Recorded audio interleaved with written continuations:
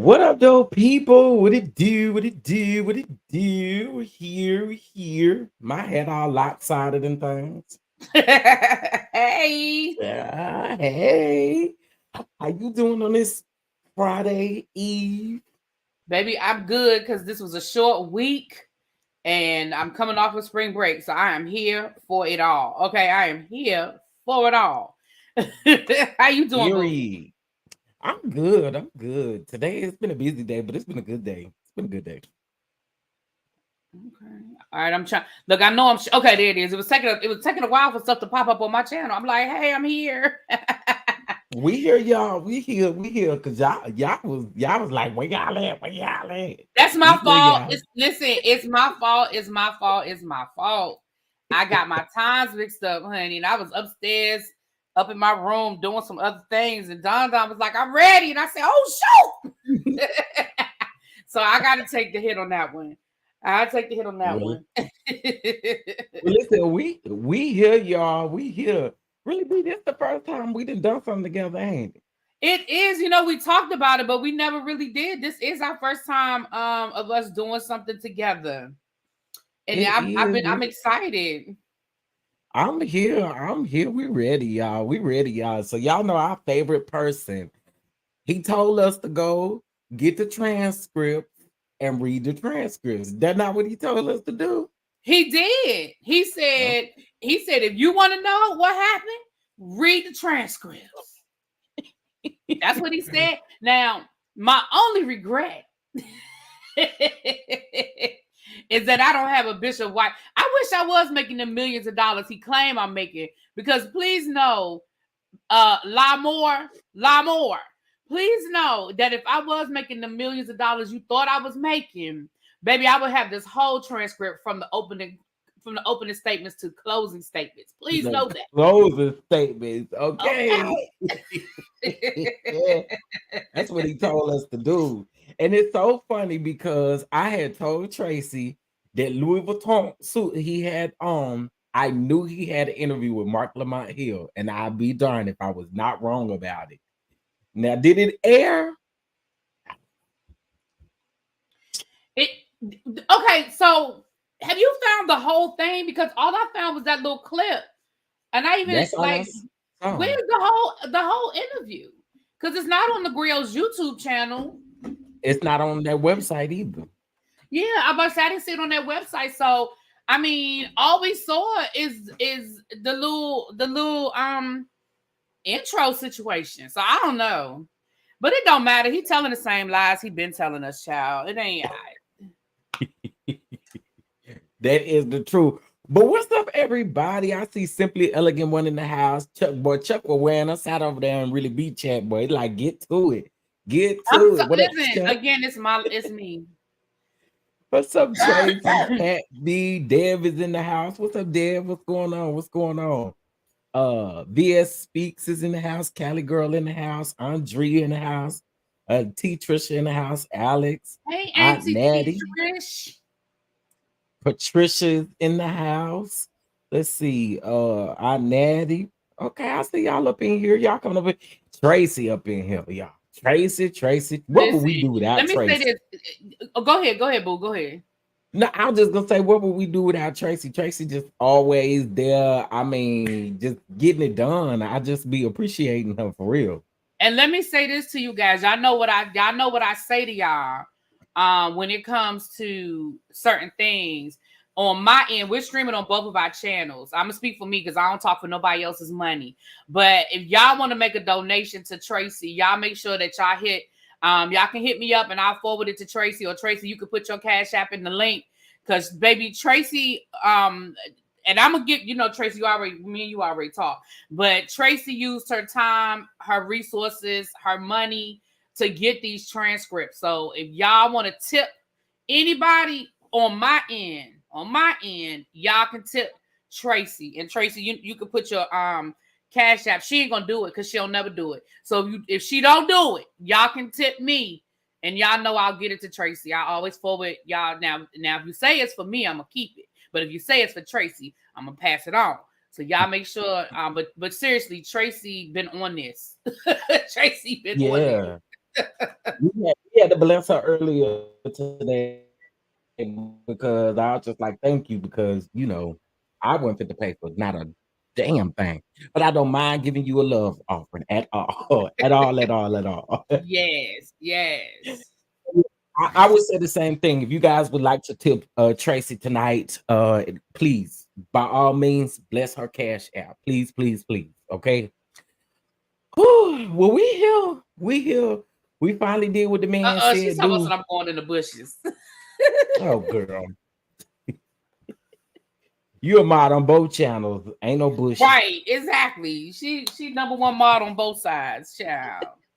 Ain't no bushes around here. Okay, so Okay. let's get this thing pulled up. Oh, y'all can't see that, can it? It is kind of low. I mean, Y'all it's might kind of have to see small, me but in the dark. I ain't gonna lie. This light is killing me.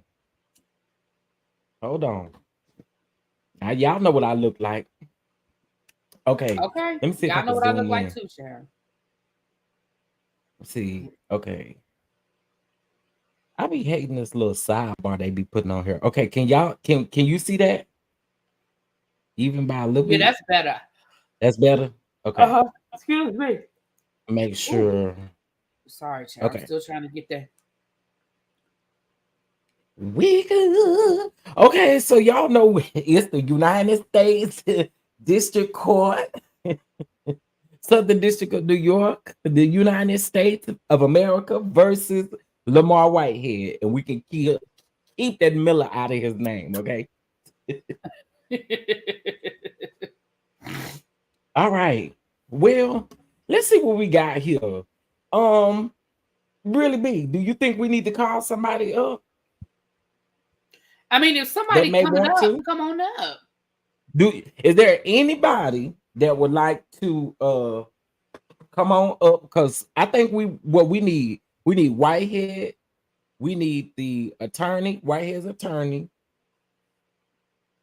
the judge. Who Tracy, you said 4 people, right? So is there anybody in the chat that would like to come up? You got a little, you don't gotta be on camera. But if you guys would like to come up, and of course I'll check you in the backstage, but if you'd like to come up, that'd be great. Tracy, you can come up here. Okay, so I'll just drop the link and we'll see. All right, and I have it Oh, open. you Uh-oh. have it open too? Yeah, I'm gonna just have it open because I'm old. My eyes, baby, my eyes. No, What I I'm so with you. I got it on my phone right now too because baby, I cannot see this. Uh,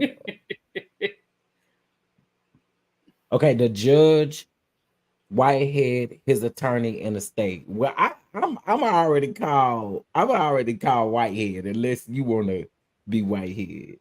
Oh no, you could be Whitehead. Okay, I'll call Whitehead. I'll do Whitehead. Oh, you at work? Okay. If there's anybody in the chat that would not mind stepping in, then y'all come on up. Okay. Let me get this to where we need to be while I give y'all a minute. Okay, the court.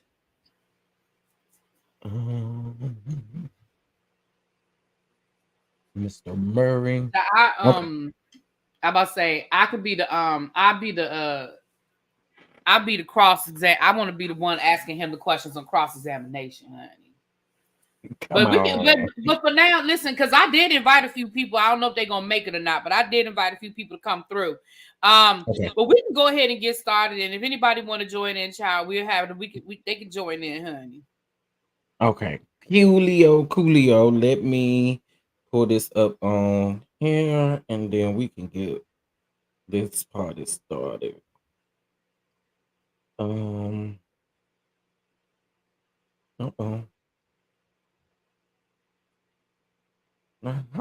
Okay, here we go. All right, y'all. Well, we is ready. Go to page 1043 is where it starts.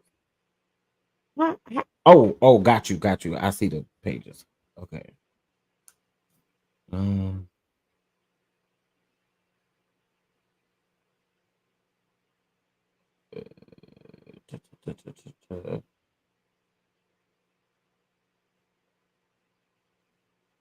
Let's see. Okay, you said 1043. That's 4643. Right here. Okay, so who is Mr. Magwood? We got the court. We got Mr. Magwood. Okay, perfect. Thank you, Tracy. Thank you. Now let me do that in my phone. Okay, really, we're gonna start right here with his testimony. Okay, wait a minute. We're gonna scroll down. You said Mr. Magwood. It's page 1043. Okay. It's a ways down. That's the 1043. You said 1043. Mm-hmm. It's the number up in the top right hand. Oh, I'm tripping. I see it now. I'm tripping. No, I was the same way when she said. I'm like, wait, 1043 is on 223 pages. Right, I said the same thing. Like 1043. All right, I'm scrolling down. Give me a second. I'm scrolling. Okay. Oh, why am I scrolling when I can just? Oh no, yes, I can't. I can't do that. All right, give me a second, y'all. I'm getting there. So for people that don't know what's going on, what we did was we have the transcript from the day that Bishop Whitehead testified. So this isn't the whole trial. This is just his testimony. So we're going to just read through so you guys can hear out of his own mouth what he said. We're going to start at, you said 1043. Mm-hmm. Okay, so if you again, the bishop been telling everybody to go on the pacer and get it, but you do have to pay for it. He didn't tell y'all that part, but you do have to pay for it. So we're just going to give you guys a little reenactment of how things went in court for the bishop. Now, did we find out who Mr. Magwood was? Tracy said Mr. Magwood was his attorney. Okay, got it. Oh, yeah, right. Because the day I was there, Don Florio did the cross-examination, but Pam said that was the only thing. She said, I think Pam said that was the only cross-examination that she did. So, okay. So Magwood must be the black guy. There were 3 attorneys when I was there. It was a white guy, black guy, and then Don Florio. So maybe, I don't know which one Magwood it was. Okay. 2 seconds. Let me blow my nose, and then I'm ready. Sorry. No, what you gonna do about that? So, Pam, if you guys want the full breakdown, y'all know that our friend Pam Esquire did the whole breakdown. She was there every day of the trial, except for opening statements. She was there for every day of the trial, including when the verdict came down. Okay, so we are reading through the day that Bishop Lamor testified. Okay, that is what that is what we're doing now. Okay. Well, we are ready. Women not Magwood does traffic law. Ooh. What's that? Just going back over here, mind my business. Oh, little baby, that ain't in my chat. So you're Whitehead. Okay. Yeah, I'm Whitehead. We got okay. You want me to be the attorney? While you be Whitehead? Yeah, that'd be great. All right. Okay, so I'll go ahead and read the court and Magwood, and you be Whitehead until we get somebody else up here to join us. Okay. Okay. Perfect. You ready? I'm ready. All right. Does the defendant wish to put on any evidence? Mr. Magwood says yes. The court says you may call your witness. It's Lamor Whitehead. So, ladies and gentlemen, Mr. Whitehead, if you could take the stand, I will just instruct the jury. Just to remind you, there is a presumption of innocence. So in this trial, because it's a criminal trial, the burden is always on the government to prove its case beyond a reasonable doubt. The fact that the defendant takes the stand does not change any of that. The question you will be asked on the verdict form is whether the government has proved with respect to each charge its case beyond a reasonable doubt. Please swear the witness in. So Lamor Whitehead called as a witness by the defendant. They just swear him in, child. I ain't reading all. We got somebody, Miss Patricia. Oh, come on up, Miss Patricia. Hey, Miss Patricia. Hi, how are you? I'm doing good. How you doing? Okay. Good. Okay. So Miss Patricia, you want to be the court, wherever it says the court, you want to read that part, and then I'll be Mr. Magwood, and Don will be Lamor. Okay. Yes. Okay. Okay, can you see the screen? Yes, I can see it. Okay, let me see. Okay, we're right here to swearing in, called as a witness. Okay, perfect. All right, so I'll be working both. I'm ready. All right. All right. All right. We're going to start direct examination. Lord, my glasses. Sorry, y'all. As soon as I got ready to read, my glasses got it. All right. Mr. Whitehead, can you tell me a little bit about where you're from? Good morning to everybody.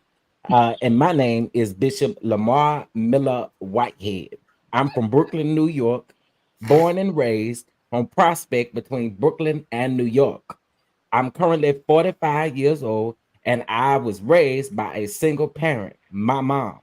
My father, Arthur Miller, he was in 1978, he was beaten. Objection, Your Honor. This is subject to a motion in Limelight. Was it Lamine, excuse me. Okay, there we go, right here. Sorry. It's the court. The court says, okay, sustained. Okay. Sustain. Keep going. It says, first of all, there's no question. Oh, okay. Okay. Okay. Sustain. First of all, there is no question about your dad. So we don't need to go into the details of anything about your dad, except you said you were raised by your mom. Like, My father is deceased. The court. oh, what happened? It's something happened. Okay, it's Yeah. back on now. The court. Okay, the court, Okay. How old were you when he died? 6 weeks old. Thank you. You may proceed. Okay. Obviously, you went to school. Did you go to school there? I went to PS 289. Then I went to IS 390. Then I went to a Sheepshed Bay High School where I played basketball. One of the lead scorers in the New York City. Sure. Went on to scholarship to Shaw University. Then I went to Eastern New Mexico University.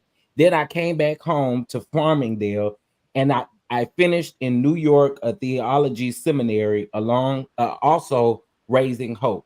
It's a PACE theology course, and then I got my doctorate at Harvard Christian University, a doctor in theology, also business. Are you married? Yes, I'm married to my lovely wife, Asia Whitehead. I have 4 children: Heaven, 16, Jaden, 16. My daughter, Sarah, is 9 years old, and my boss, who is my baby, Brooklyn, 2 years old. So, can you tell me some things about your interactions with people? So growing up in Brooklyn, it's not easy. And to have a single parent, being raised, my I have an older sister. I had 3 siblings, but my older brother, he got unalive when I was 3 years old. Objection, Your Honor. I'll I'll I'll allow what was just said. Okay, thank you. So my brother wasn't in my life, so I didn't really have any male figures in my life. My uncle, who was in the Navy, he lived in New Jersey. Laverne Corin. So he did his best to be the male figure in my life. But my mom, she raised me, and in Brooklyn, I grew up on the rough side of Brooklyn, where if not every day, every other day was a fight. My mom, Objection, Your Honor. 401, Over 403. overruled. my mom, she it was typical parent, single parent with, we had to be raised on food stamps and not being able to afford things that we are supposed to have. But my mom did an amazing job. She did an amazing job. So just growing up in Brooklyn. Objection. Non-responsive at this point, Your Honor. Overruled. So tell me how all of that affected your relationship with people. Objection. Sustained. The court. Wait, I'll read that part right. And then underneath it, do you want to ask a different question? Okay, wait. I sustain the objection. That means the question is improper. We can have a different question. Do you get into disagreements? Yeah, so growing up, not having a male figure in your house and being less fortunate, you deal with a level of rejection, and rejection can be a disease where you think that people are automatically against you. You wear your heart on your sleeves, but one of the things about rejection is you're able to. Objection, Your Honor. Sustain. Just listen. Oh, do I read that part? Yeah. Just listen to the question and then answer the question. Don't just go off just don't go off on a narrative. The question was, do you get into disagreements? The answer is yes. You can wait for the next question and go from there. I move to strike the remainder of the response. Okay, I'm not going to strike anything, but you can proceed. So that rejection, you think, causes the issues? Objection, Your Honor. Overruled. Yes, it's a level of immaturity. It's a level of insecurity, something that I've dealt with, Has it followed you throughout your life? Yeah. Are you working on it? Yeah. Actually, it Chef Don kill me. He sounds just like his lion ass. Almost choked to death. Yeah. Actually, it actually helps me to be a better teacher, because when you go through an experience of failure and rejection, you're able to teach it because you got to live it. You got to experience it. So I want to go back at the time these events occurred. What type of, you have a church? Can you tell me about what you were doing at the time for work and employment at the time of these incidents? That don't even make, I'm sorry, we just reading. I'm sorry. Which incident are you talking about? Exactly. I'm talking about specifically about Rashid Anderson and Pauline Anderson. They testified here. Yeah, so building a ministry. I was in the process of building a ministry this year. I will be a bishop for 8 years, Chief. Objection. Not responsive to the question. Sustain. Like, sir, we don't care. Keep going. Listen to the question. Listen to the question. The answer to the question were did you meet Rashid Anderson? Oh no, that was not my It's okay, listen baby. to the question. The answer, then answer the question. Where did you meet Rashid Anderson? Well, I went through my ministry. We had a watch night service. What's a watch night service? Well, a watch night service is for Christians. It's for the day before you go into New Year's, So on December the 19th, I believe that was December the 31st, we have a church service, and we go into every year worshiping Jesus Christ. We have just a good old time and worshiping and preaching. So where did they do that at? What? Where did you do that at? Lord have mercy. I'm sorry, y'all. This is crazy. That's the attorney. That is the attorney. Where did you do that at? Dumb as hell. Okay. So those days are usually big. A lot of people come out because everybody wants to go. He's a damn liar with his ugly ass. Oh, and at some point he came to your church. Oh, I'm sorry, I skipped ahead. My bad. Where was it at? he asked the same question again. Where was it at? It was in Brookdale Hospital, but in the auditorium. So he Mama. ain't never had a stable I'm sorry. Not in the auditorium I'm of the sorry, y'all. hospital. So this man ain't never had a you know what? I'm sorry. We ain't supposed to be pontificating. Hold on. Let me let me get back in character. This is funny. At some point, he came to your church. Yes. So after that, it was such a good a big move of God. And a lot of people were coming up and saying, Bishop, we want to come to the church. We want to come to the church. So he was, Objection, Your Honor. Overruled. And when you say he, you mean Rasheed Anderson? yes, ma'am. You may proceed. So Rasheed Anderson and his wife, I think they was engaged at the time.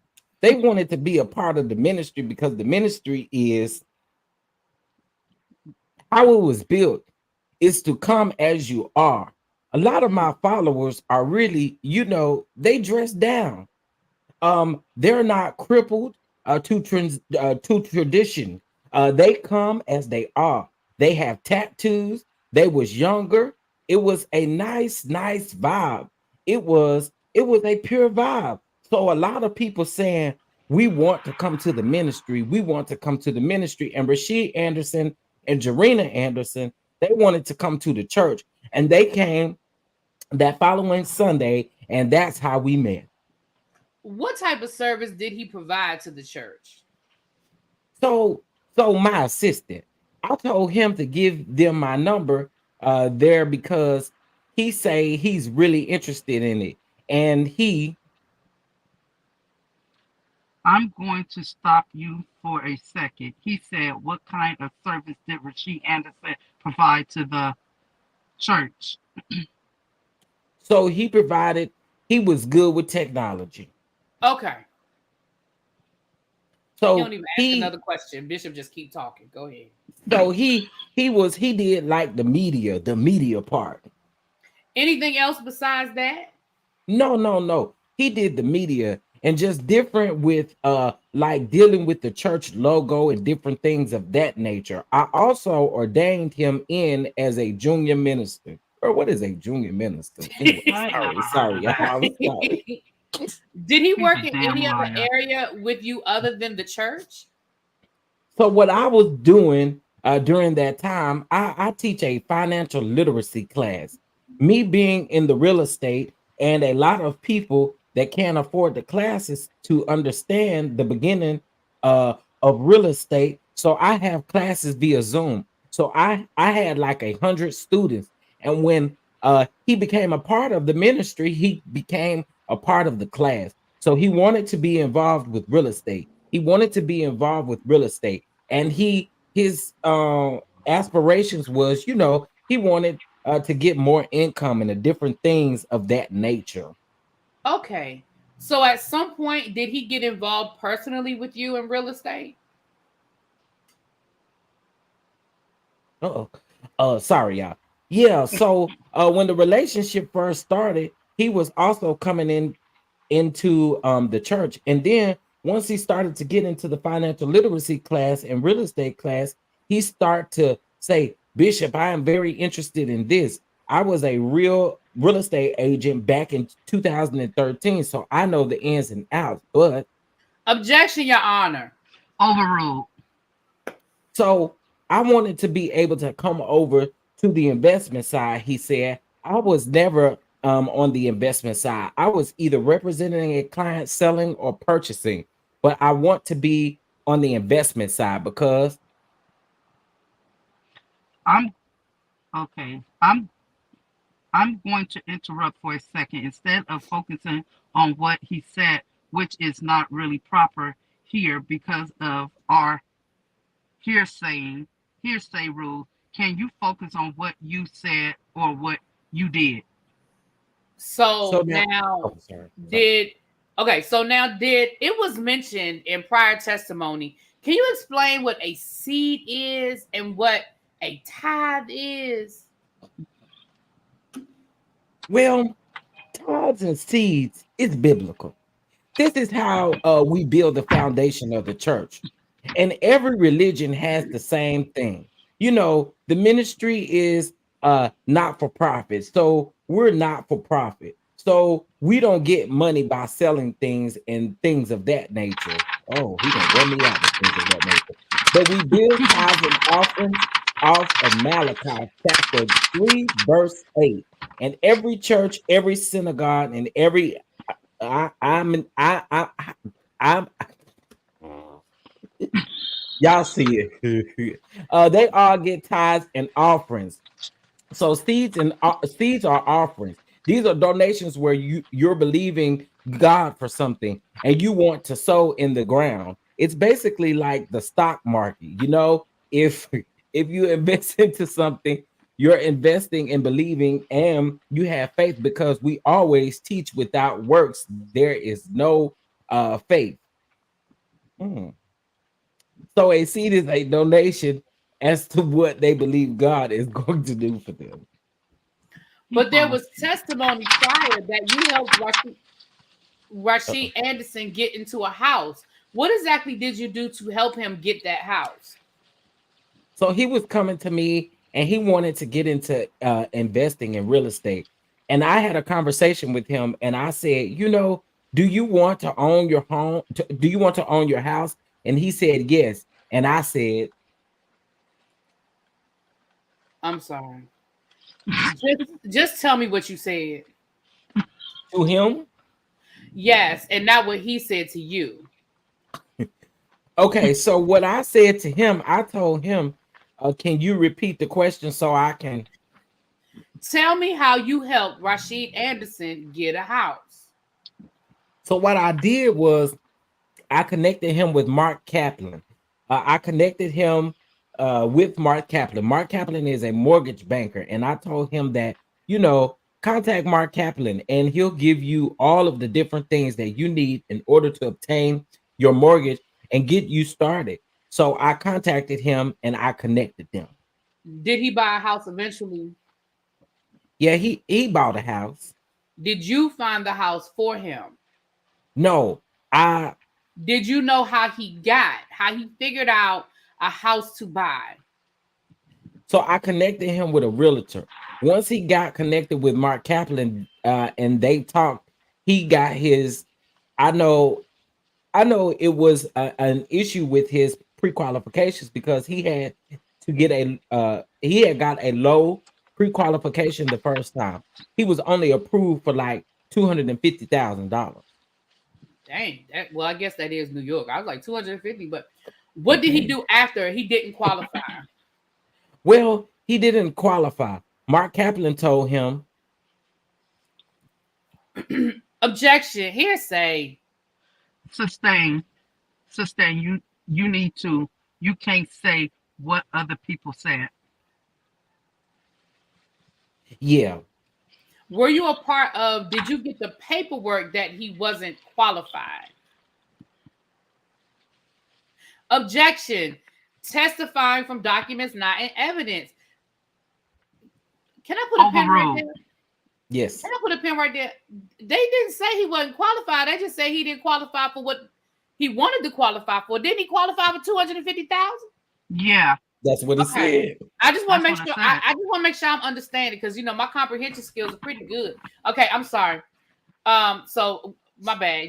She said overruled. It's on you, Don Don. Okay.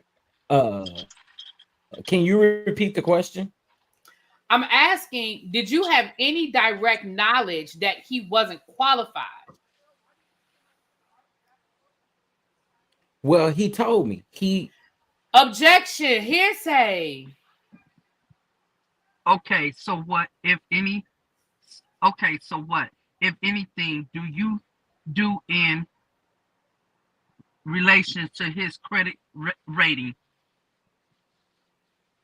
With relation to his credit rating, Yes.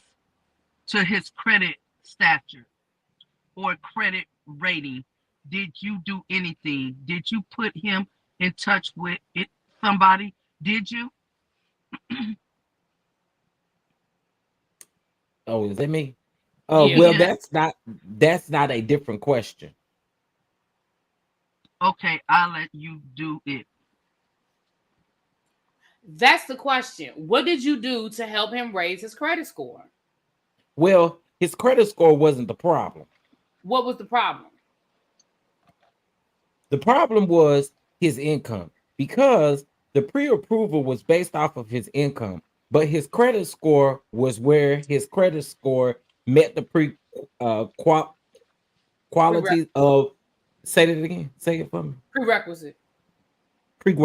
Okay, of $250,000, but the houses that he was looking for was almost $600,000. So that was the issue. So did you advise him about what he should do to purchase the property?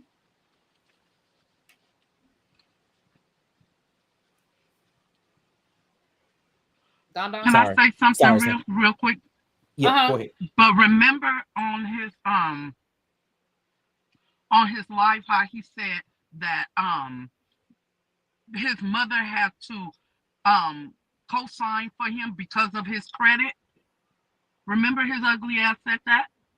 Oh. Well, you know what? I don't remember. I mean, at this point, I'm gonna be honest with you. He done told so many stories. He probably said it. But my thing is, if we're gonna just take a pause here, my thing is, if you really was a mentor to him, right?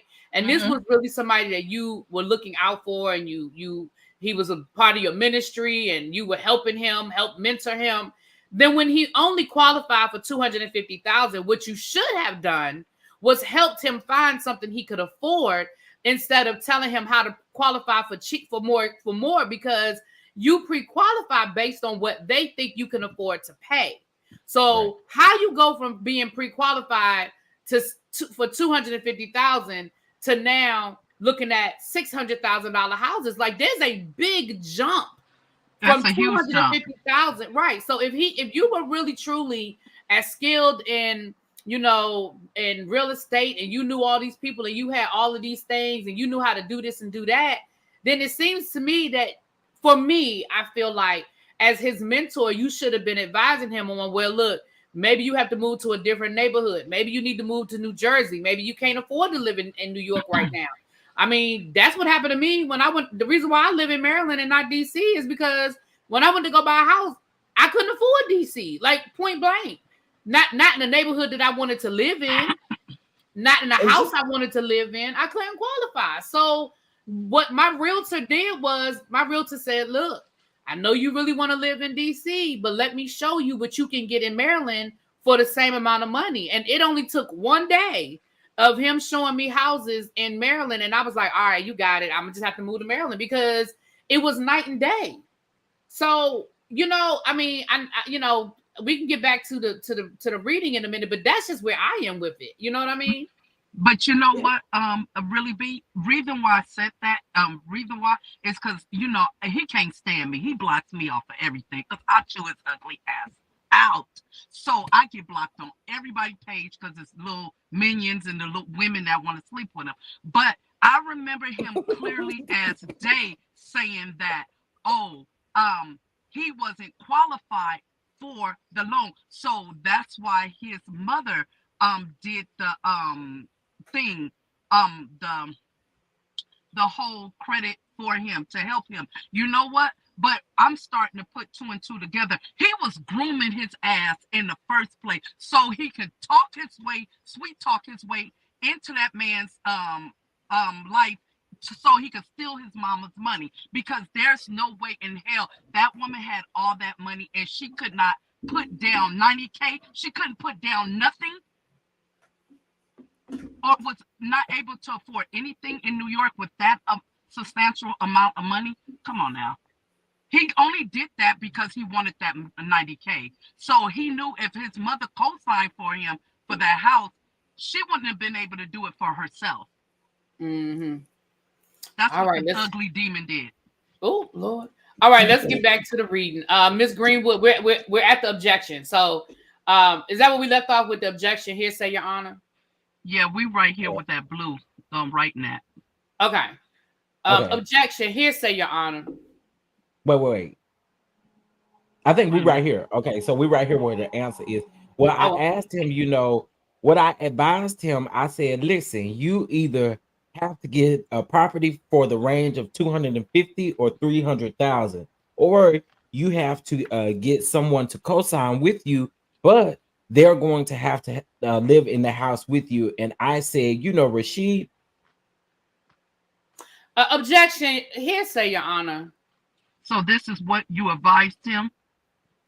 can I go? Wait a minute. Not you just asked if you can go. Okay, go Go, ahead. Sorry. go ahead. Yeah, so I advise him that you have to get someone with you to that's going to live in your house, and so therefore your income can you can produce more income, and that you'll get raised a higher level of pre-qualification. So I asked, talk to your wife. Well, that wasn't his wife at the time. I said, talk to your wife, and so I'll stop there. I have a question. When did you meet Pauline Anderson, Rashid Anderson's mother? I just went. I just think I met her via telephone, maybe. I would say the mid toward the end of February February, which year? of 2020.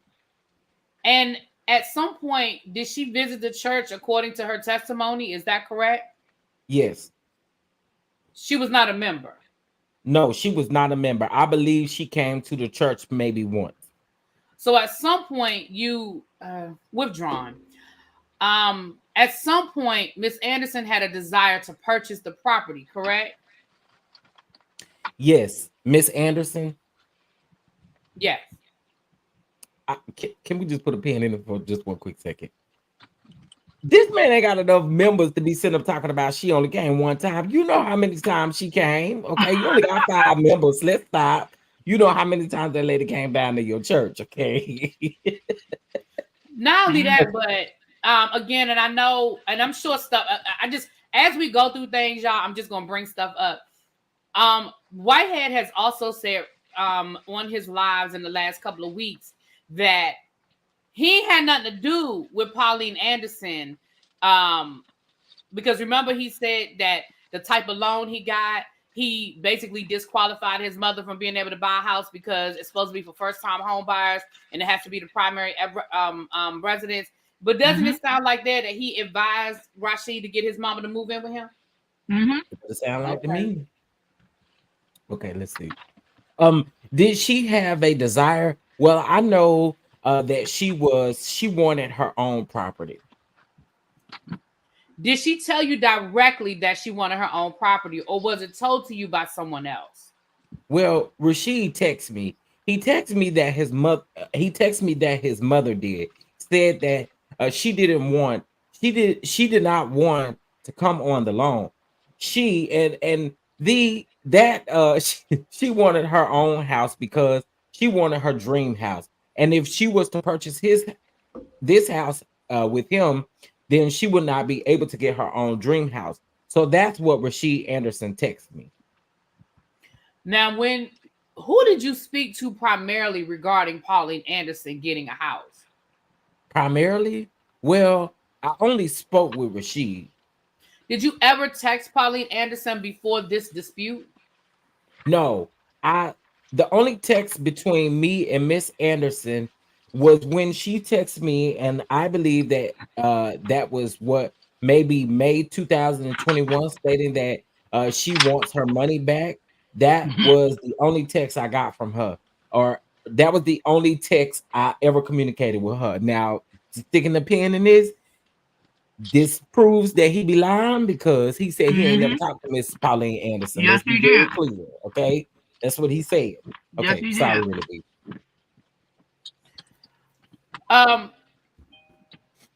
Did you refer to anybody to get a house? Did I refer to her? Yes.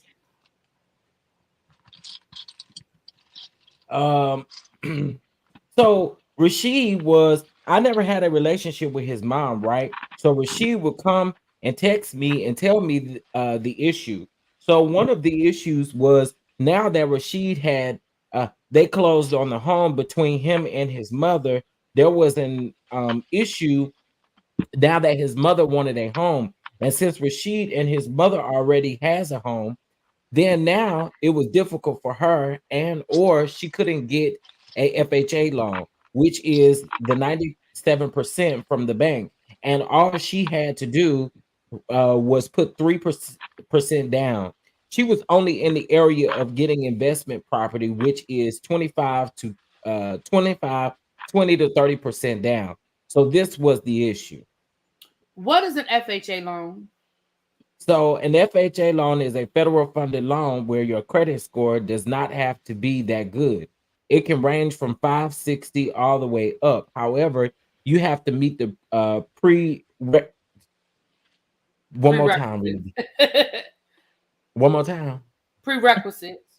Prerequisites of your income, and also you have to be it has to be your primary residence. So an FHA loan is, and then you only have to put three down 3%. Mm. What's a conventional loan? A conventional loan is not a governmental. It's not governmental, and it's guidelines by the bank. So each bank will have different programs and different guidelines, and the FHA is governed by the government's money. So therefore, they can do what they want to do. But conventional, they can do their own program. So now conventional might be based off of credit. Um, you have to have a 720 FICO score, and your income has to be a certain number in order to be approved for a conventional loan. So if you don't have the right income, if you don't have the right credit, it's going to be a slim to no chance that you can, get the property that you want at the interest rate that you need. So at some point, Rashid Anderson came to you regarding an investment. Yes. And what do you believe the terms of the agreement were? So Rashid, objection to the form of the question, Your Honor. What did he believe is Sustain. what were the terms of the agreement? Now, here would be a perfect time for them to submit a contract, because had you had a contract with Pauline Anderson or Rashid, then there would need to be no interpretation. But I'm sorry. Go ahead, Don. So Rashid had asked me because he really wanted income. He really needed income because he had just married Jarena in the house that they purchased, and they were planning to get children. Wow. So he needed income because he was working at, I believe, was Northwell at like a entry job making like $70,000 a year, and he needed income. So he said, Bishop, I want to be able to get with you with buying and flipping properties. And I said, well, son, wait, I got to back up. He said, Bishop, I want to be able to get with you and buying and flipping properties. And I said, well, son, listen, what I do, I have to invest my money. I said, so when you're able to invest, then you can be a part of the purchasing and flipping properties where you can make income and something that you can make residual income, because some of the properties I purchase, I keep and just use it as a rental basis. So I said, well, but you have to have money in order to make money. So I said, so that's when he told me this is right before he purchased his house. He said that he had 37,000 and that he wanted to do a restaurant, the name Ultra Bowl or Fruit Bowl, one of the two. And I said, I told him, I said, a restaurant is not a good idea.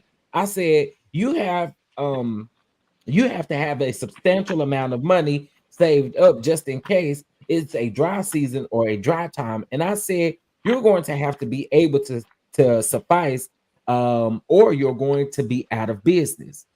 Then when he stated that he used his down payment to purchase the home he was in. And I said, so when you getting yourself together or whatever you when you get yourself together or however you do it, I said, then you come back to me. But the agreement that we had when he said to me, he said, all right, Bishop, so I'm going to try to get the money.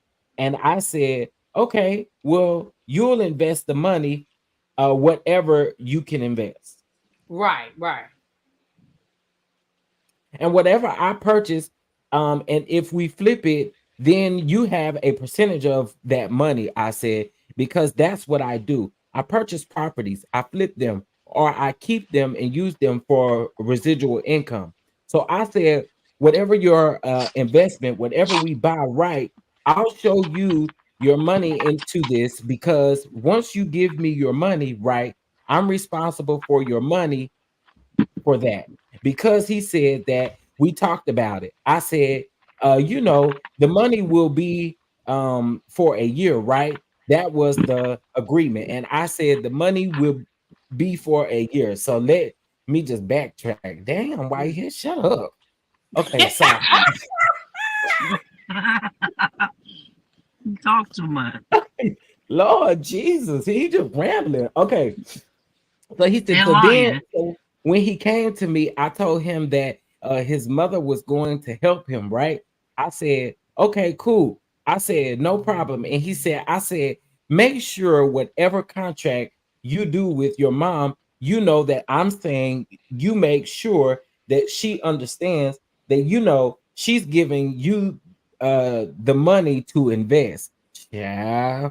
But you have to have a contract, because any investors, you can't just come pull your money out. And if you can't just pull your money out if you feel like it. um if you feel like you're seeing something else you want, or you want to do something because it hurts the investment. So I said, you have to put the contract together. I said, I'm going to trust you. You put the contract together and you do what you have to do, but it cannot be touched for at least a year. And he said, I said, wait. And he said, okay. He said, I'm going to take care of that. I said, you boy, Whitehead is talking, ain't it? I said, you deal with your mother. He said his mother and someone else that he was asking, I don't know if it was his aunt, but he was just running around because he wanted more income. So that was the deal that we made. I said, whatever you get, that whenever you get that money, it will be for a year. So he was talking to his mom, and he was talking to a few other people, and that's how that happened. I tell you what, I ain't learned not nothing, but okay. Listen, I'll be All honest right. with you. Be honest with you. His testimony sound worse than what he been telling us online, Yes, he because do. he even says in his answer that he said something about a contract, but you don't have a contract. At all.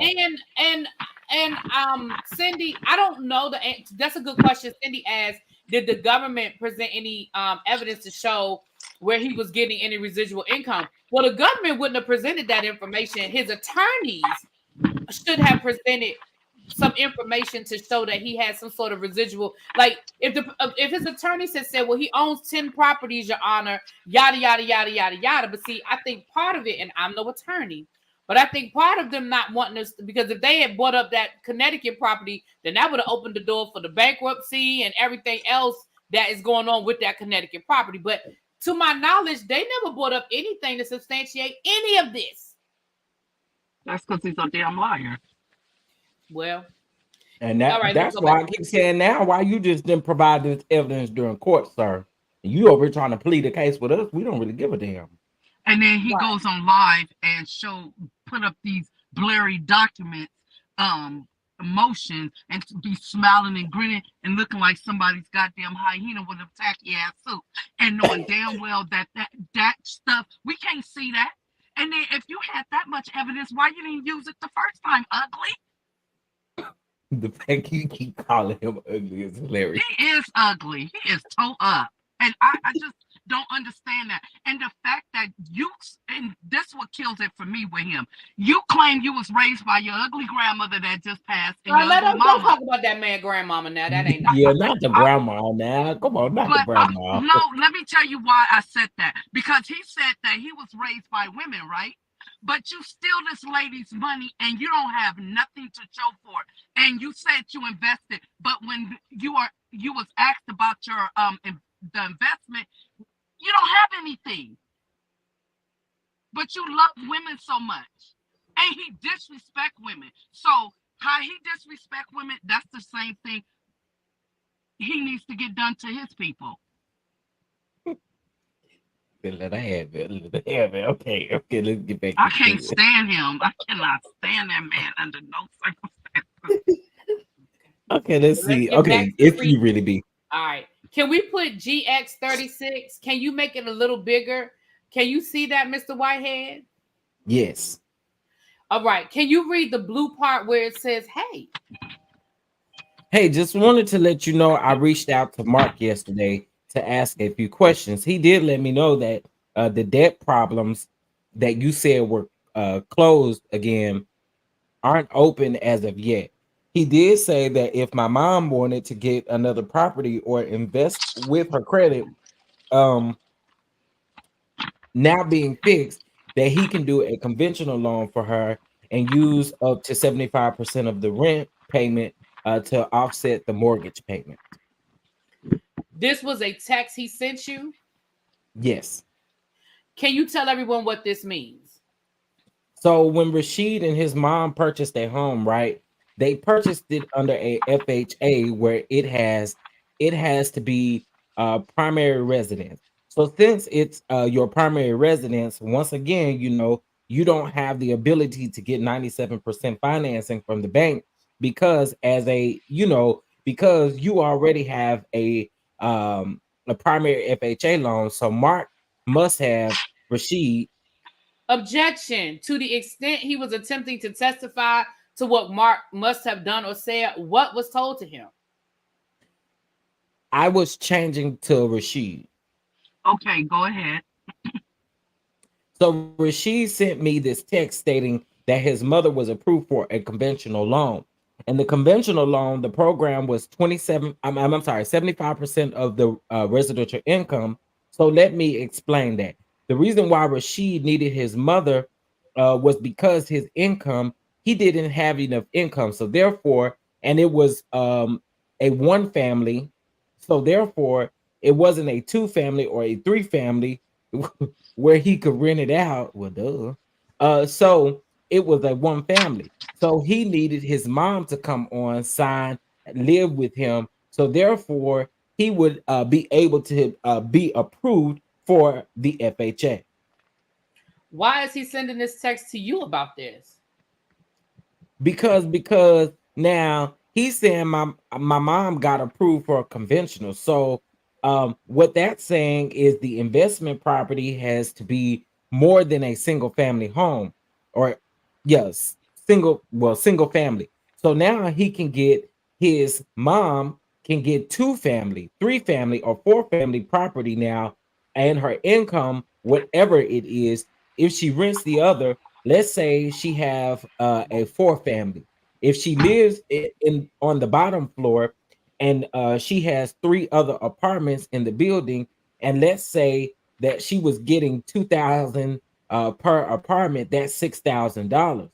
um what the text is stating is that this program can use 75% of the $6,000, which could be, I think, $4,500, and it can go to her income. So now she will be able to get approved because the income works because of what she's going to be pulling in investment property. So I was like, great, you got it. Now all you have to do is come up with 20% at the time, because investment property is 80% is 80% loan to value under conventional loan. So 80%, the loans would probably be 75%. So you have to have 20 or 25%, and you got the property. So I was excited about that. I said, all right, cool. Because he kept telling me that he promised his mother that he was going to get her a home. And we all knew that she couldn't get a FHA. So I said, good. I said, go for it.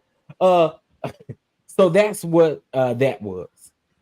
Now, on a conventional, how much money would she have to put down? For conventional 80, excuse me, 20 to 25%. So it's either 80 loan to value, LTV, or 75 loan to value. So 20 to 25%. Oh, FHA is 3% and conventional is 20%. Yeah, that's the difference because it's a government funded program, FHA. One is easier than the other to get.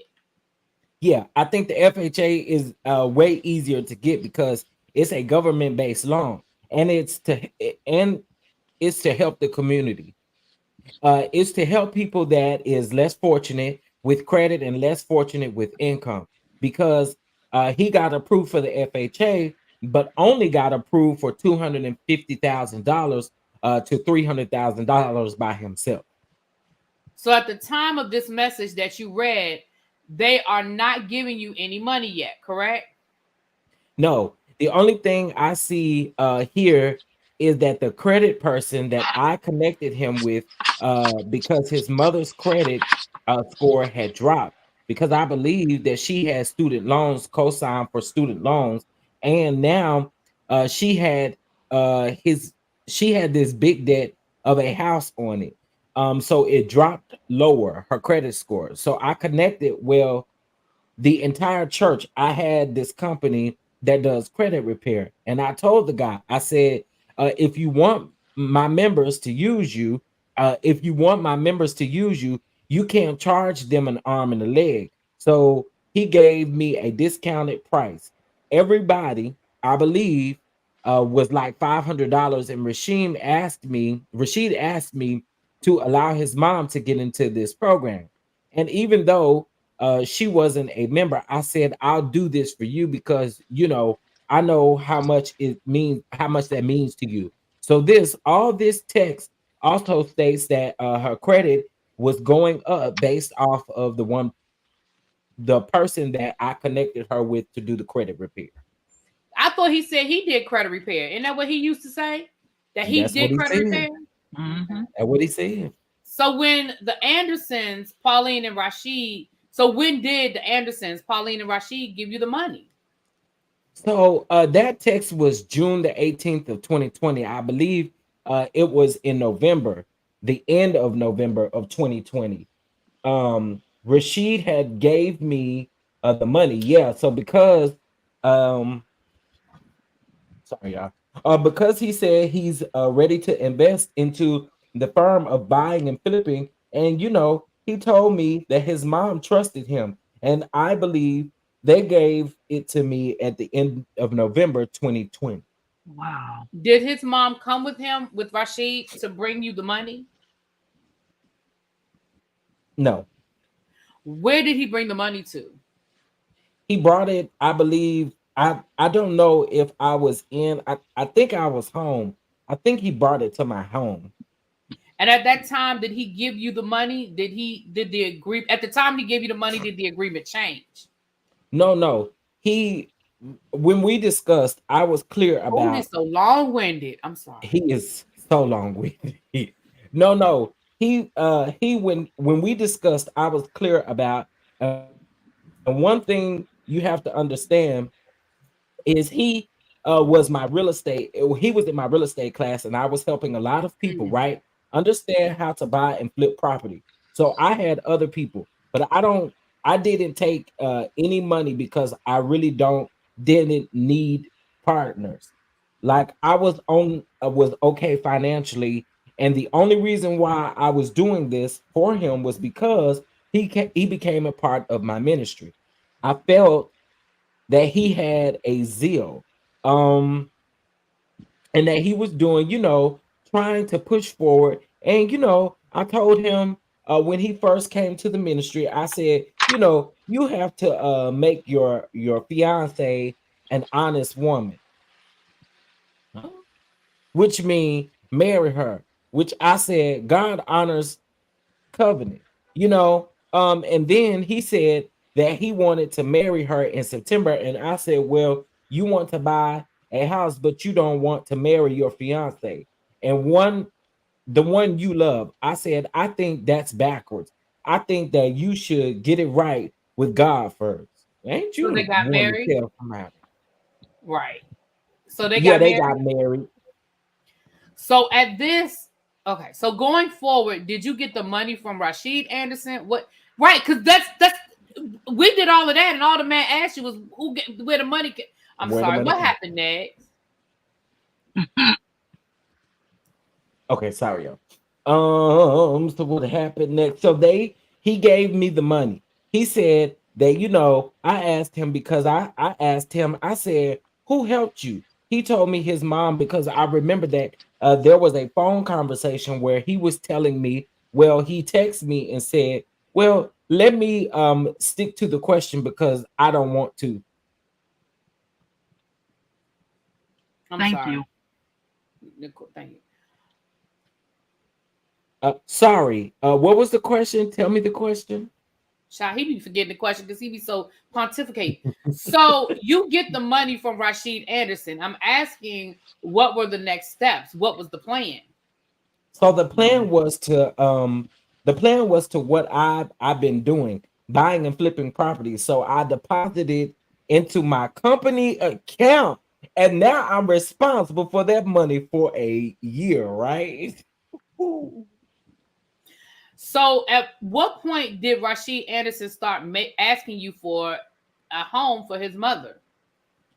Well, Rashid was always looking for his mom a house, right? And I before November, the time that they gave me the money, I was connecting him with, Mm. because either way you put it, his mother needed a mortgage. So I connected him with Mark Kaplan. I connected him with Sean Carson, who was the vice president of Federal Savings Bank.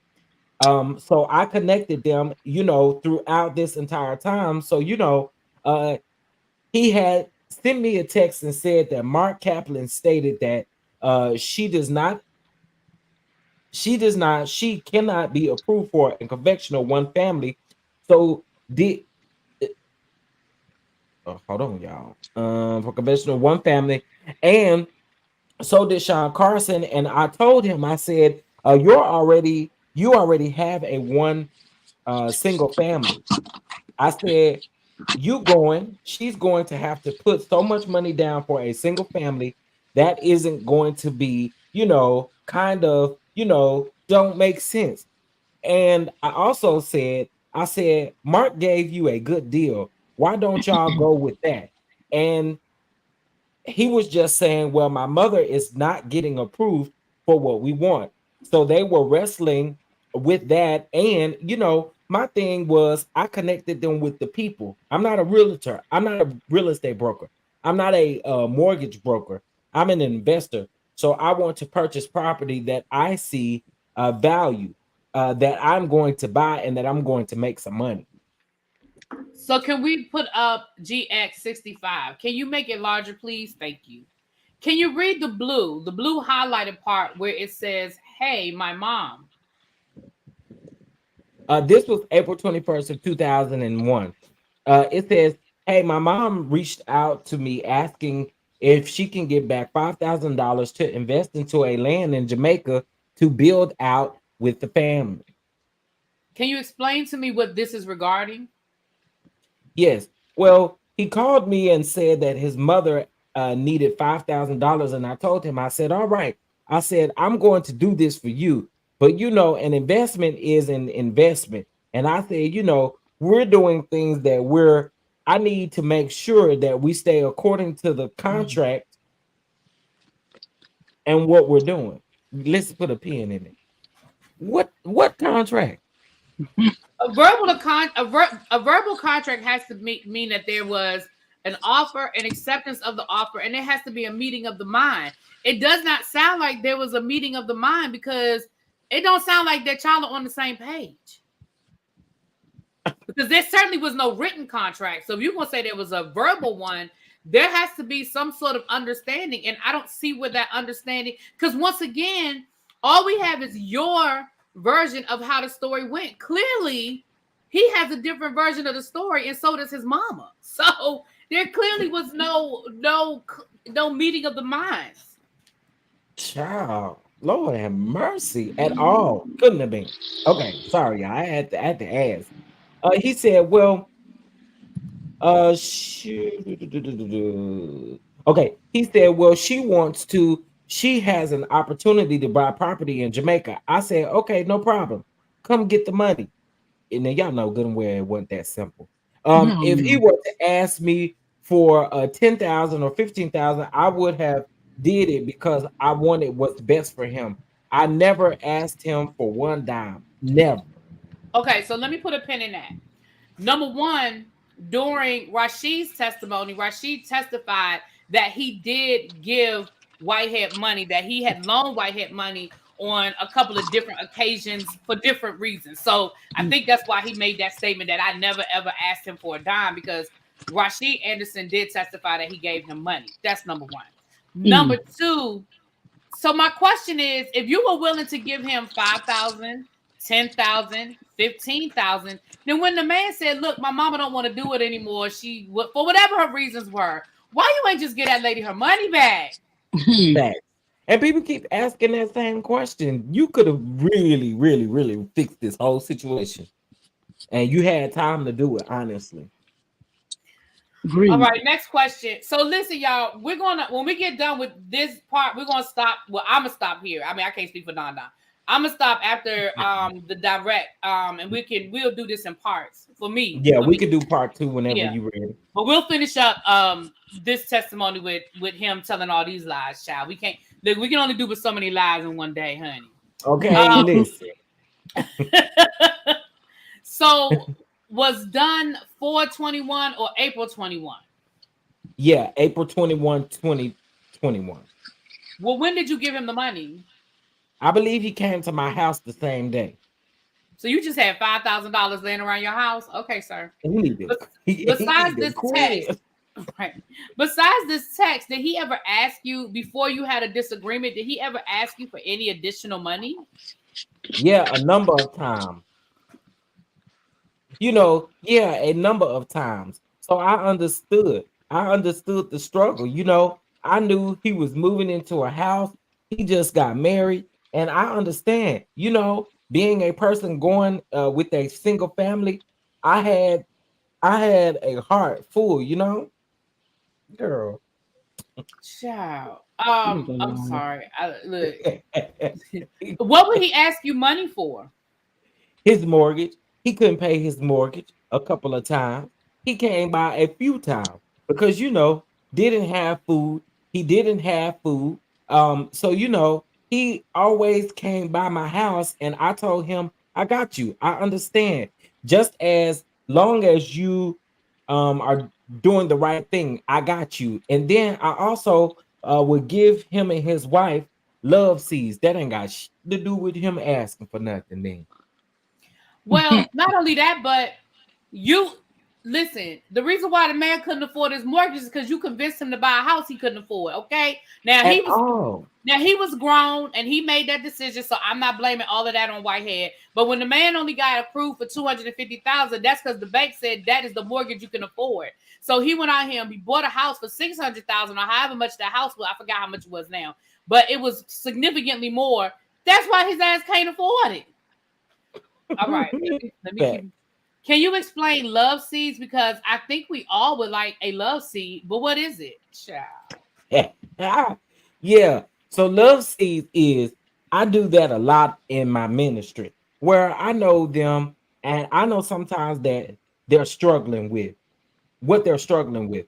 And I'll just send them $500 or $1,000. Well, hell, send me $500 or $1,000. I'm just asking. I bought 2 people in my church cards because I knew that they were single parents. Sir, you didn't buy your car. Okay, anyway, let me keep going. Sorry. I saw my mom. I see my mom struggle. So So, I just wanted to be able to be a leader that with his church, right? And that stands with them. So my love seed, I always gave love seeds to pretty much everybody in my ministry. And one of the things in my ministry was you have to keep pushing forward. Um the way you came in, you can't leave. You have to be better. So I felt that that was helping him and his wife become better people.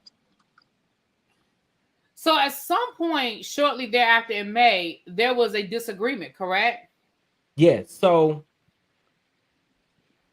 Well, so so the answer was correct. yes. So the answer is yes. You can't answer the next question. What was the disagreement? So ministry Oh, has a lot of different angles, this man talk a and lot. and is a Let's go lot ahead of and get this in. personalities. So Rashid was getting into numerous arguments with different leaders in the ministry, and they were coming back complaining to me, and I would say, "Don't worry about it. I will talk to him." So I would talk to him, and he was just very violent speaking, and not threat wise, but just very disrespectful speaking to a lot of the leaders because of the position that he was in with me. Like they saw that I always made sure that he was all right and took care of him and his wife, whatever they needed. So therefore, he was extending his power the wrong way. So he was getting into a lot of different disputes and arguments with different leaders. So I don't believe that. So what did you do as a corrective action based on that behavior? So I was talking to him, Mm. and this has been since 2021 had come in. It was a lot of issues. So I was talking to him. I said, "Listen, this is what you have to do, and the people that mentor me told me the same thing. When I had a temper and when I did something wrong, something you still got. So I was trying to reflect off of when I made mistakes. I'm not going to sit here and cast you down because I made a mistake. So I was telling him to do things better, how to talk to people. But then he lashed at me.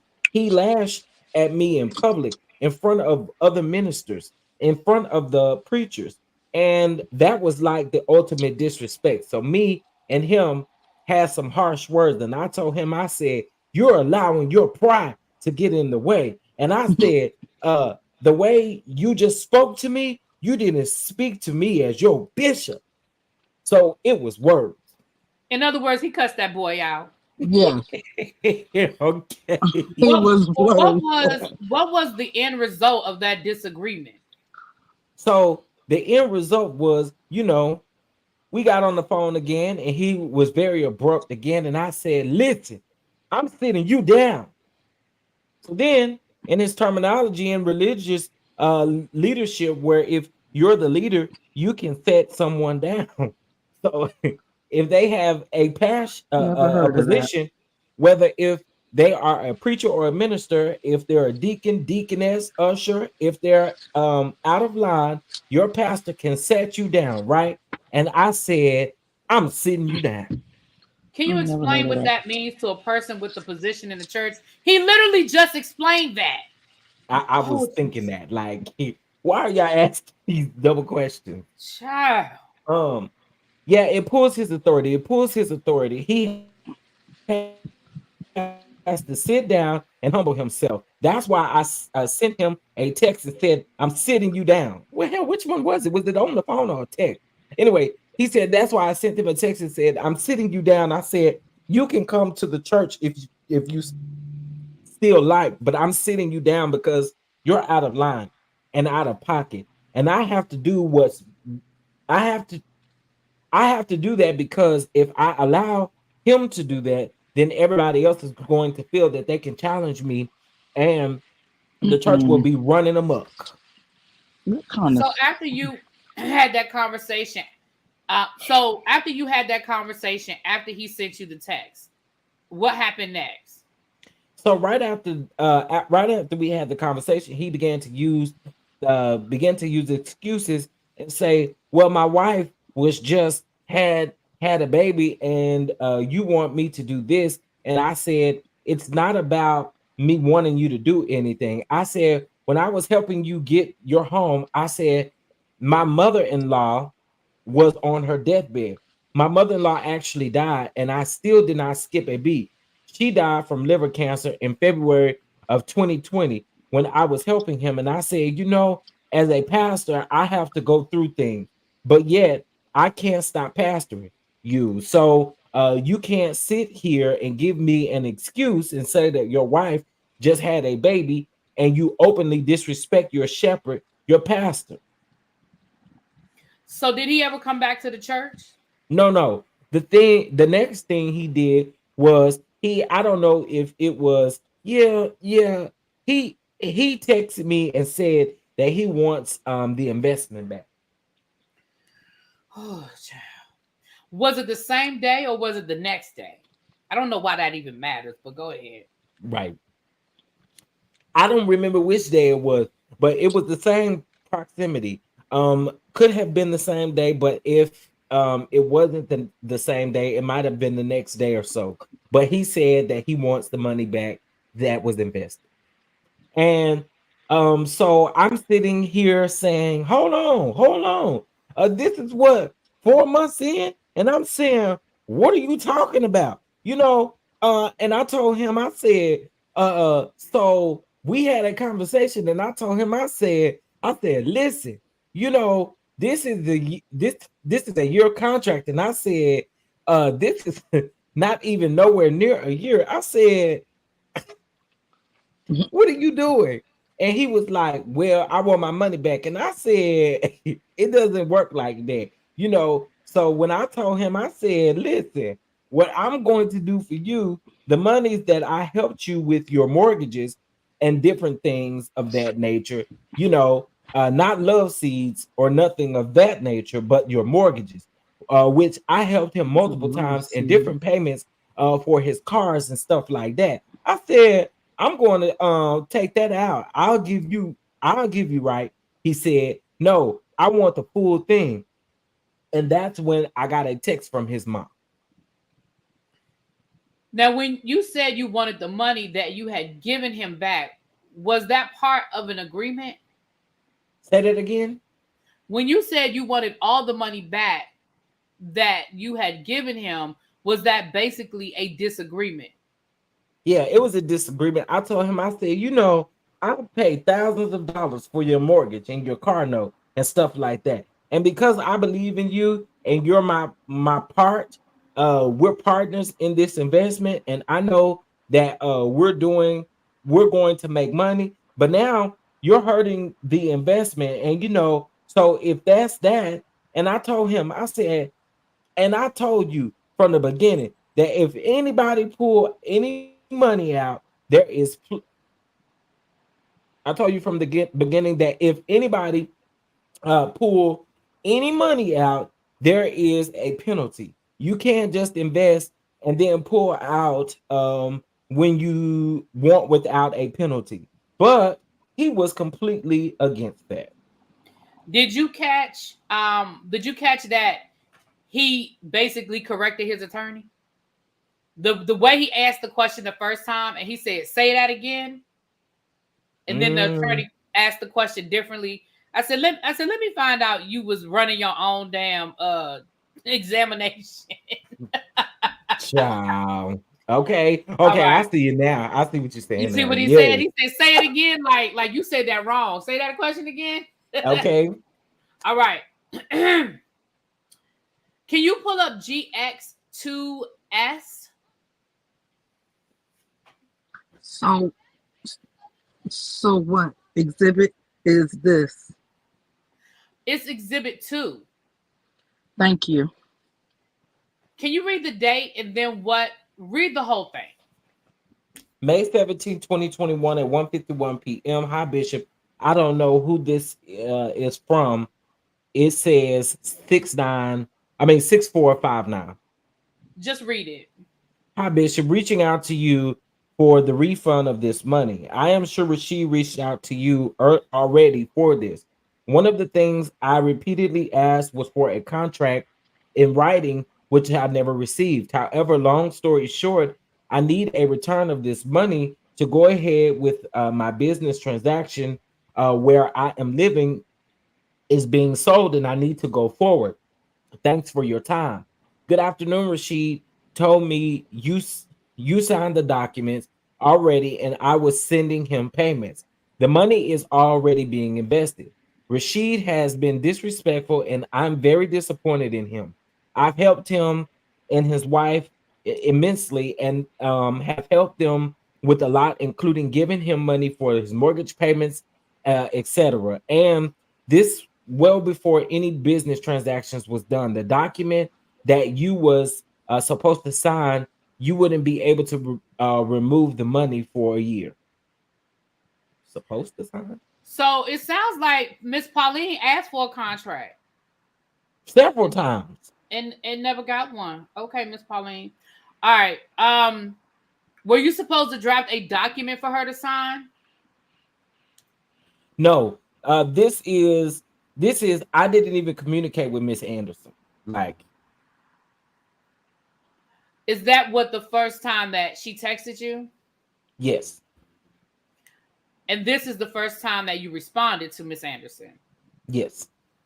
How many days after you had a disagreement with Rashid did you get this? Well, I don't know the particular day that me and him had the disagreement. Is this May 17th? So it had to be. Within the next day.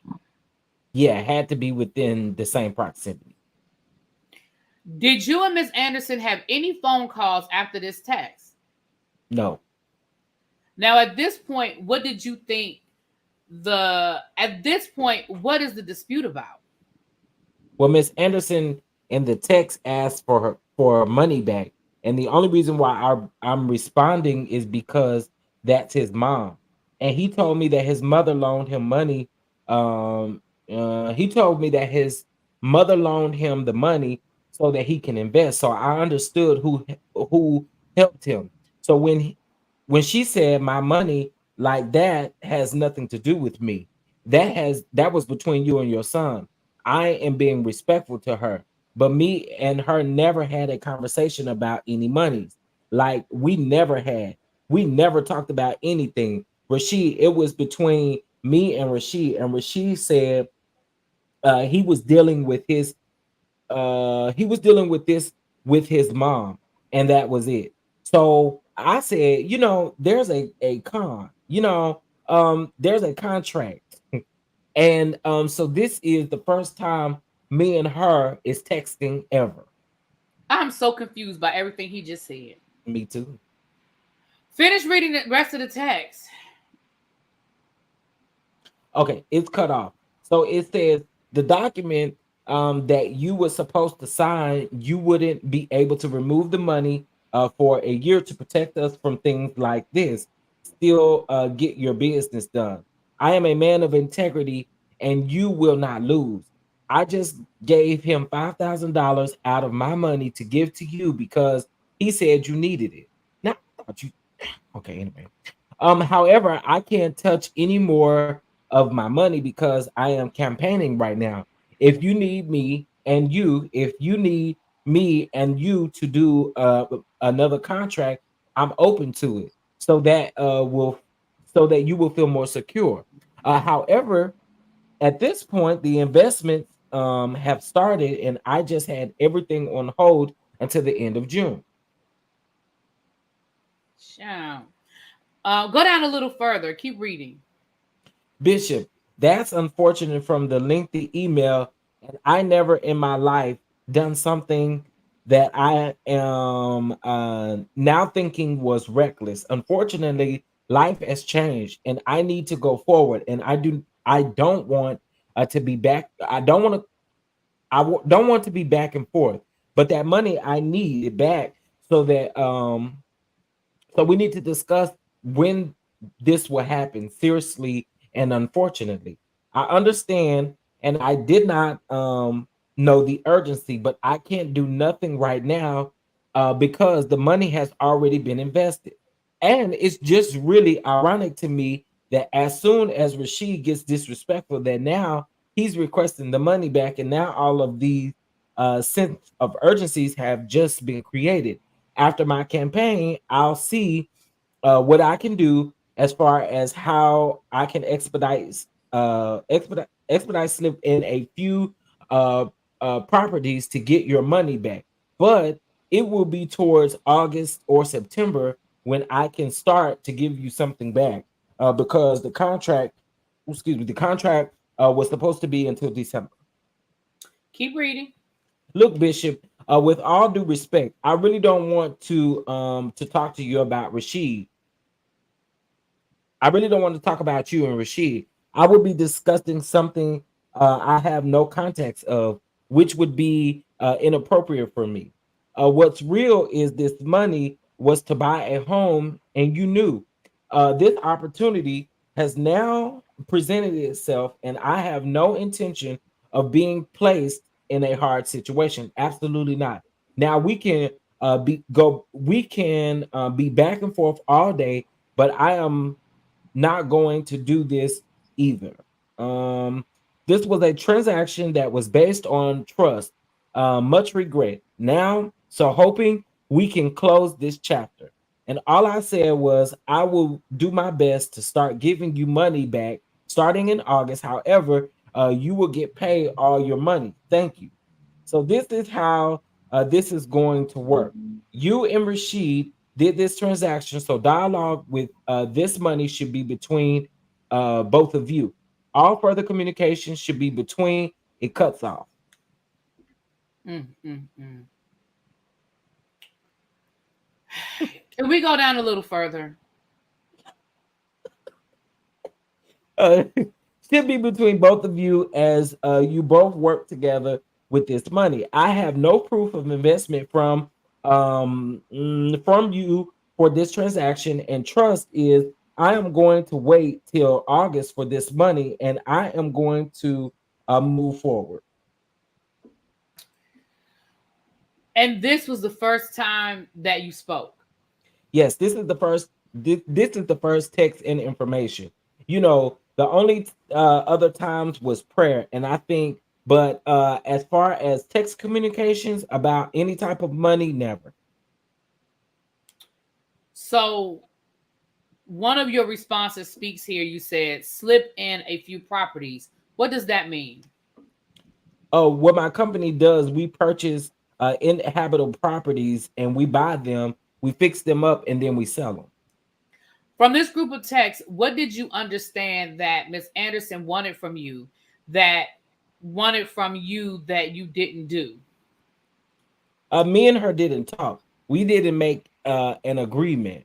And the only thing I seen in this text, she said something about her house, and then she said she knew nothing about what me and Rashid was doing. So obviously, my thing was, I don't know what Rashid told her, but I never had a conversation with her about buying her a house. I never had a conversation with her about $90,000. Me and her never ever had text, nothing about no money. The only person that I had conversations with about an investment was Rashid. So when she's telling me this, I'm saying to myself, like, the first thing I said, you signed a contract, because Rashid told me that he signed a contract with his mother, right? And I told him how to protect himself, where you give yourself a year. It's going to be a year, okay? And so therefore, because a person might just say, you know what, I changed my mind, I want my money back, and then you put money out, and then you got to put your money out, and it hurts you. So this is the first time, like, I'm talking to her about any money. I'm so confused. So now you're saying that there was a contract between Rashid and his mother. Yeah, he basically saying I ain't had no contract with her, but y'all had a contract with each other, So then which is why crazy. wouldn't okay, so then again, if you're a businessman, why wouldn't you have asked for at some point before it went to litigation? Why wouldn't you have said to her, well, I need to see a copy of the contract you signed with Rashid, because this wasn't me and Rashid's agreement. So I need to know what you are like. That's how the conversation would have went on my end. And maybe I'm crazy. Am I tripping? But I'd have been like, well, I need to see the conversation that you signed with Rashid. Okay, I'm sorry. I totally agree. Right. So before the date of these texts, had you gotten any complaint from Rashid or Pauline Anderson regarding a delay in getting a house? No, never. Miss Anderson did not talk to me. What Rashid would do, he would do what the company does. So I sent him websites. I sent him different things. So therefore, he can go for inhabitable properties because there's a certain website that have bank-owned properties. There's a certain website. There's certain website that have properties that you can buy wholesale. Uh, what that means is wholesale. It will be It will be at a discount, but it's an all cash deal where they're not going to wait for the bank. You have to have the money there. So if the property is being sold for $300,000, you got to have $300,000 to buy it. There's not. Yeah, yeah, yeah. Go ahead. What about a realtor in a situation like this? Tell me the question. Explain the question. Do you sometimes use a realtor to find properties for you? Well, I wouldn't call it realtors. The only realtors that that would do something of that nature is a real versatile nature that deals with wholesale. But to go to a real estate broker, they really don't focus on inhabitable properties. They focus on one, they focus on more so end buyers. What that means is people that have families that want to purchase a home and different things of that nature. So when you are purchasing properties that's inhabitable, there's different websites. You can go to auctions, a bank foreclosure, things of that nature, on how you find in your site. And the biggest thing too is driving by, where you can see the properties for sale by owner. You can get good deals that way. So to use a real estate broker, I rarely use a real estate broker. But earlier okay, never mind. Now, when you buy one of these homes, how long does it take you to refurbish it, remodel it? Okay, sorry, y'all. It depends on the damage. See, he could have ended. Hold on. I'm sorry. He could have ended his question. That could have been the end of his answer. But yet, there's 2 more paragraphs. But go ahead. Sometimes you have baby, this ginger ale gonna do my throat some justice, huh? Sometimes you have properties that you can purchase that just needs cosmetics. Cosmetics means a sink, paint, new floors, and a little bit of sheetrock. But then you have a full gut. That means you have to go in there and pull all the wires out. You have to pull all the pipes out. You have to get permits from the city. So those permits cost money. You have to get plumbing, new electricity. So you have to get permits for that. You have to have license. You have to have licensed plumber, a licensed electrician. It's more involved with that. So it depends on what type of properties you purchase. So if you purchase a property that needs a full gut, you're going to have to give yourself at least 3 months, to turn that property into something that then give yourself a month to two to sell a month or two to sell it to an end buyer. But if you purchase the property, you fix it up, and if you get a good deal, and you and you say you purchased the property for $200,000, it costs 100,000 to gut it out, but the property is worth now six, or let's say 700,000. That's if you sell it to an end buyer. That's $450,000 as a asset to you. So therefore, you have room now. So I can say, what I don't want to make that whole $450,000, I'll set sale it, so someone wholesale or cash, I'll get 200,000 off of that and let them get the other or get their money. So it's so many different ways you can do that. Child, you didn't even have to explain this. All of that was so unnecessary. So It Miss was. Anderson and Mr. Anderson spoke about you buying a property, doing something similar, and his mother signing the deed and moving in. What's left out of that equation? There's a lot left out of the equation. You have to understand that, that is so that's saying to me, you gave me $90,000, right? I'm purchasing that home for $500,000, and I have to put 100,000 in. That's $600,000. So 500,000 I purchased the property for $500,000, 100,000 to renovate the property and to fix it up, and then I got to transfer the deed over to you. I can't transfer you the deed with a lien on it. Why not? Because there's a lien on it. It means the bank owns the property as well. So I have to clear that lien in order for me to transfer the deed. So you're saying to me that I'm going to put $600,000 just to take $90,000. But isn't that the agreement? No, that wasn't the agreement. No way. No, no, no. Why? Why would I do that? It's mathematically does not make any sense to deed transfer the property. And another thing is, let's say I did put my head and say I was going to do and I put $600,000 and I transferred the deed over to her, and she says, "Okay, it's mine now." I'm not doing anything, so now I'm out of $600,000. I can't take her to court because I just transferred the deed. I just signed the deed over to her, girl. So let's okay. So now she's the owner of the property. She's now the owner of the property, clear and free. There's no mortgage on it. There's nothing at all. So let's go back. Let's go back. The $90,000 investment. Rashid Anderson became a partner or business.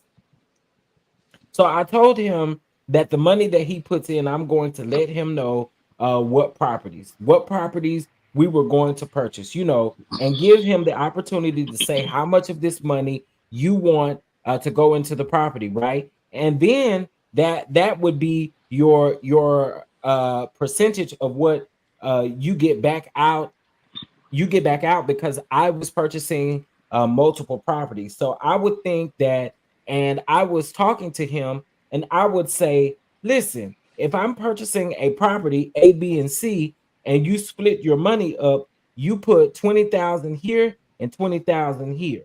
Side note, y'all better not damn listen to Whitehead trying to get no house, honey. 'Cause,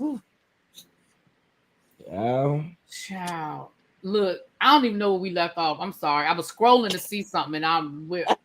Okay, I left off with you put 20 here and 20 there, so 25 page, line 25. Oh, did okay. Uh, uh, uh, uh, uh, uh. Oh, okay. So the money that was given, Rashid Anderson was looking to make a profit on the money. Isn't that where we Yes. started? Oh my God. Yes, yeah, because he kept saying he needs income. He needed extra income. He was only making 75,000 a year. He couldn't pay his mortgage. And he was struggling. So he The needed mortgage on the extra house you income. talked him into getting, but okay. Um wait. And he needed extra income. Okay, it's you. Okay. Mr. I'm gonna finish up this. Magwood. I'm gonna finish up this page. Let me Okay. ask you guys a question. The people that are hanging with us in the chat, just put a 1 in the chat. If you were sitting on the jury, are you believing what this man is telling y'all? Put a 1 if it's a yes. Put a 2 if it's no. Just listening to his answers, and if you following along with what this man is saying, put a 1 if it's yes. Put a 2 if it's no. Put a Um, million to. I'm going to ask you to read this. Is that right? Sorry, I had to put a whole bunch of twos in the chat. Okay, okay, wait, where was we? I'm sorry. I think Uh, I just read after Mr. Magwood said, "Can you scroll down?" And I said, "I'm going to ask you to read this." That's where we were, right? uh wait. No. Oh. Wait a minute. Did I go too Oh far? hell, did I lose the place?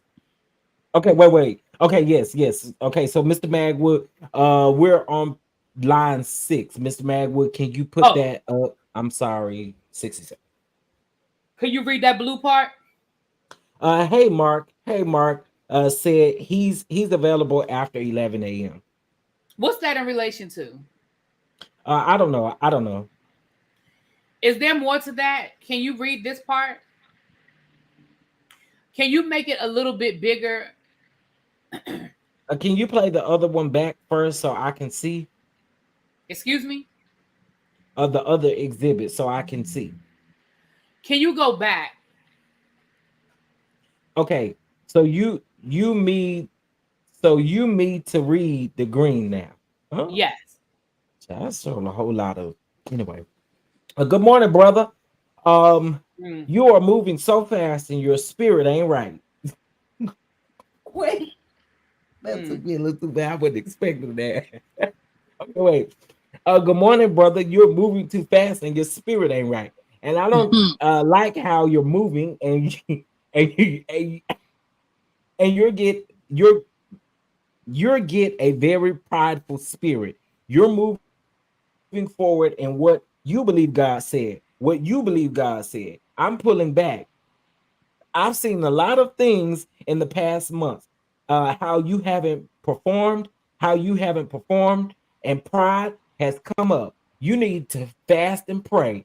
Now to us, not even agreeing at all when we talked about it, and now you announced to prematurely. Push forward in what you believe. I'm a man of wisdom and experience. You are moving out of order. Mm. Um, hold Oh, on. can we Okay. scroll down? I'm going to ask you to read this. Um, good morning. I have stripped myself of pride a very long time ago. I've stripped myself from anger a long time ago, which I am moving in action. I don't like to speak if I don't like to speak it if I can't prove it through action. You're painting me as things without understanding me as a son of the ministry. I, I'm a familiar believer. Excuse me. I'm a firm believer of what I am a firm believer of if I'm doing something wrong, let me know and I can correct it. The last time I spoke with you, the reason why I didn't say anything was because I slow to speak and quick to listen, and Mm. I uh There is nothing about him that is slow to speak. Nothing. talking about, I'm and he sorry. immediately prayed. Did you immediately pray when Hezekiah walked and then put you out their church? Child. Did you That would immediately have pray? to put him out. You called me on Mother's Day, and you called me on Mother's Day, and myself and my wife's anniversary to curse me out. And I just wanted to look into your eyes and see who was speaking to him, speaking to me, to my understanding. It wasn't Bishop, it was Lamor. The Bishop didn't hurt me, it was Lamar. How did Lamar hurt me?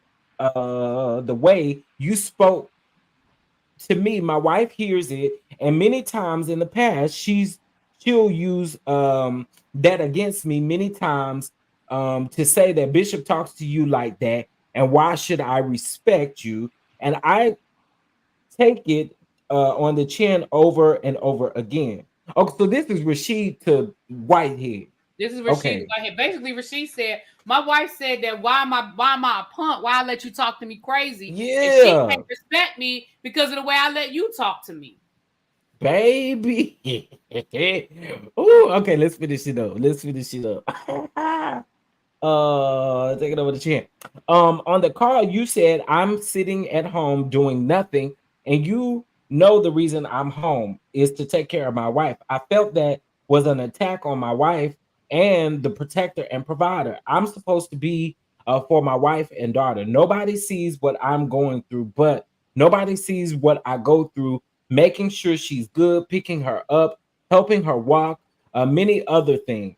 Nobody sees me nobody sees me be up from before the sun come up to late at night. Me building the business 7 days a week. Since I've been in the ministry, I've not once gloated or boasted, act in a prideful manner about anything have that I have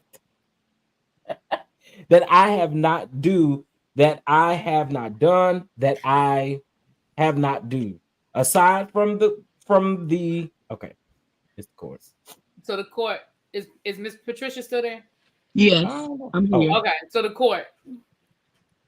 I'm just going to interrupt. This is a really long text, and we've all seen it before. Do you want to just ask whatever question you want to ask? So this is the date of the disagreement, correct? It looks like it's May 14th. Didn't we already establish the date of the disagreement? yes, they Mm-hmm. did. They did it because it was a few days after that text. Yeah, that's the way it seems. Yes. Any discussion in here regarding the money? No.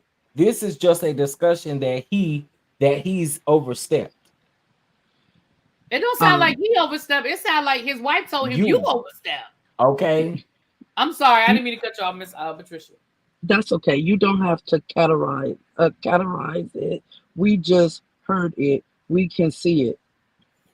All right, and this is where I'm going to jump off. If y'all want to keep going, that's No, fine. no, We'll no. have to We all jumping off. We all Yeah. jumping off. Yeah. Okay, so we ended But you at guys, 1087. yeah, 1087 is the page where we left off. We will definitely do a part two. Like I said, we did invite some guests, so we will definitely keep reading through it. As you guys can see, the bishop is a very wordy person. Now, Mm. imagine sitting in court. Imagine being on the jury. I feel bad for them folks. Wonder I why they. felt bad for them, and I was only there that one day, baby. When I tell you I was only there that one day, and I felt bad. Child. Girl, yeah, y'all. Listen, we can't do too much. Y'all see Whitehead talk too damn much. Yeah, And they had I a nerve to mean, say, "Did you see what he just said? I'm not boastful." Child, bye. you know good and well you boastful. Now, I have seen a clip of Rashid Anderson. I guess where he did like a little news. Did something for the news or whatever. So it's very interesting. I'll reshare that to my community wall so y'all can see Okay. it. Because it's very telling, considering that this is what it is. Child. Child. You about to be Again. talking all night. Who about to be talking all night? Baby, I'm about to pour up my ginger ale and call it a night. Okay. All right, you guys. Listen, thank y'all for being here. This was fun. Again, It was. Trace, thank you, Tracy, for doing the legwork for us. And I don't know, me and Don will talk offline about when we can do part two. We probably would end up having to do a part three, honey. But we'll Okay. but we'll Oh, and talk shout out offline. before we leave, shout out to Twitter. I can't believe we had 30 people over there watching us consistently on Twitter. That hardly ever happens. So shout out to Okay, the Twitter. Twitter. The Twitter wanted to know about the The bishop, Twitter huh? wanted to know. Now, Bishop, you already got me blocked, but let me say this to the Bishop. You told us to do this. You did. You said go get the transcript. Go to Pesa and get the transcript. And we And are just read. following the directive. Okay, So period. don't get mad at the bloggers and the YouTubers that's reading the transcript. We go. And Bishop, you ain't got me blocked, but I expect it I'm one day. blocked on But everything. listen, we there was times when we kikied at you just a little bit, but you'll be all right. You'll be all right. You told us to do this, and this is what we're doing. So anyway, Tribe, I appreciate y'all. Dons, I appreciate y'all. Thank you so much, Miss Patricia, for coming up here and Thank you reading so with much, us Miss as Patricia. well. Appreciate We it. appreciate y'all, and we will definitely catch y'all in the next one. When we get ready to do this again, just stay tuned to our community walls. Yes, sir. All right, All guys. right, y'all. Well, y'all have a good night. Bye. You too. Bye. Bye. Thank you, Don. Welcome. You welcome. Present you as he turns. This great leader, Chief Apostle Lamor Whitehead. Come on.